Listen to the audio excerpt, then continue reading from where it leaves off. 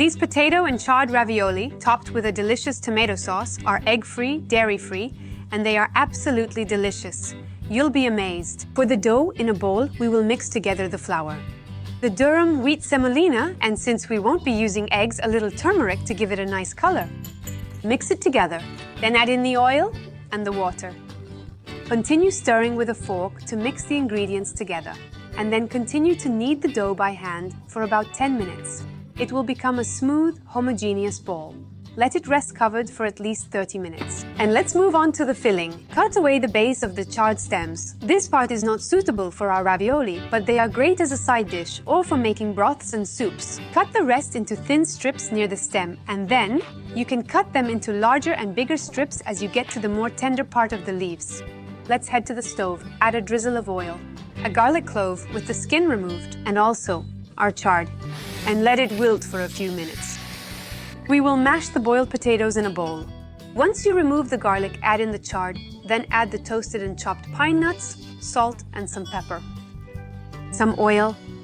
Give it one final mix and our filling is ready. We will let it cool down. For the topping, I will prepare a tomato sauce. Sauté some oil and garlic, and then pour in the tomatoes and their juices. Just a pinch of salt and mix that up. Then cover it and let it cook for 30 minutes. The dough has rested and the filling has finished cooling, so we can shape our ravioli. Slice off a small piece of dough. You will want to keep the rest covered so that it doesn't dry out. Then, using a dusting of flour, flatten the ball of dough. Obviously, you can roll it out by hand as it was done in the good old days, or you can choose to use a convenient pasta sheeting machine. Start by passing the dough through the widest setting, and then we will continue to thin it out, little by little. We will stop when we have reached the penultimate thickness. Cut the dough in half and trim the edges a bit. And then I will arrange small lumps of filling, about 7 grams each, at evenly spaced distances. I will lay the other strip on top, and I will pull it to spread it out carefully. As you can see, the dough is quite elastic, so do not be afraid to stretch it to spread it out well. And stick the sheets together, like so, around the lumps of filling. Try to avoid the formation of air bubbles as much as possible, and then, with a pasta cutting wheel, carefully cut out the ravioli. And little by little, as they are ready, arrange them on a baking tray that has been dusted with some semolina flour.